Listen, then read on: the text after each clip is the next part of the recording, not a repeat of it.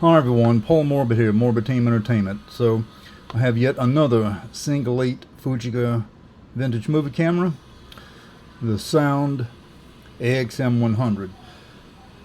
And again, when you're going to be purchasing any camera, any vintage movie camera, the first thing you want to request from the seller is have them show you the battery compartment.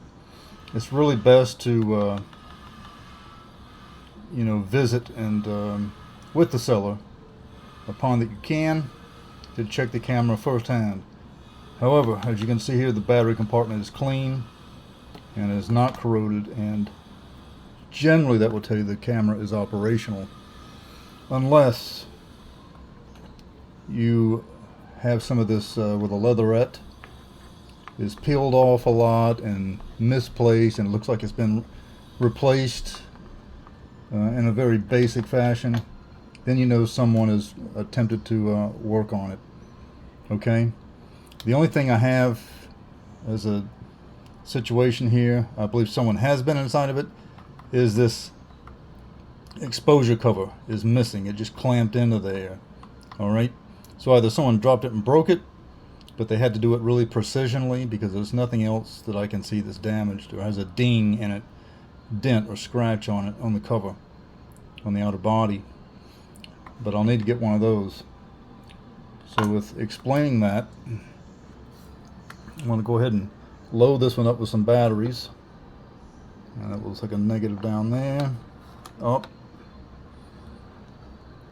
Positive up. Alright. I'll take a look up here. And usually they just crisscross. Positive and then negative up. Alright.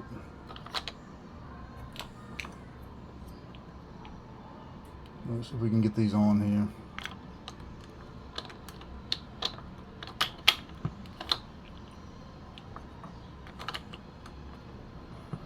here. Again, it's different performing all this in front of the camera. Alright. It's on there very snugly. I've got an eye cup here that's fairly movable and removable, so that should be good for possibly 3D printing to make some new ones. Lens cap, that was on it. That's rare you find these cameras with a lens cap on it, and that will actually come off. It kind of twisted, but it's not threaded. So there you go. Okay, there you are. I may have some work to do on this one, as of course I know I will. Alright, turn it over. Open up the film compartment door, and as you can see, it's extremely filthy in here. Okay, see how dirty all that is? And the reason it's so dirty is because of this foam stuff right here is disintegrated. I got a little bit of rust section, but at any rate, I can take my tester, put it in here, and it's not wanting to fit this time.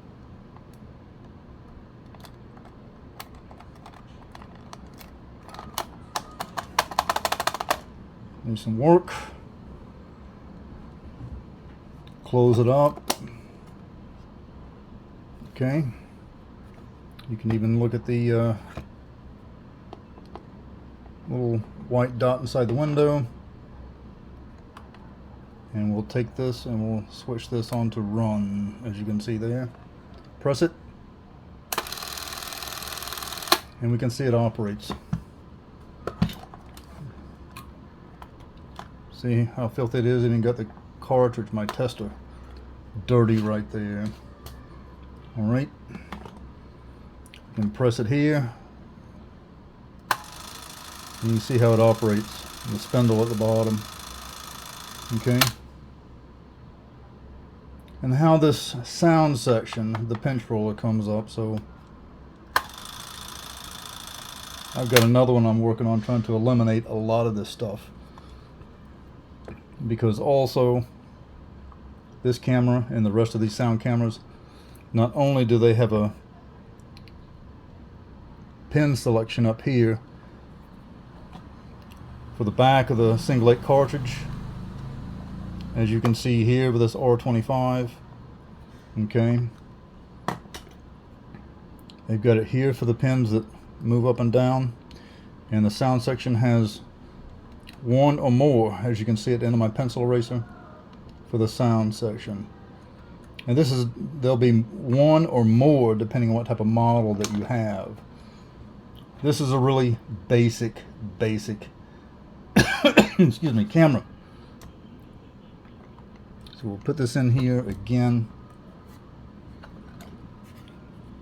but just to show you how it advances, one of my many markings on my cartridge here.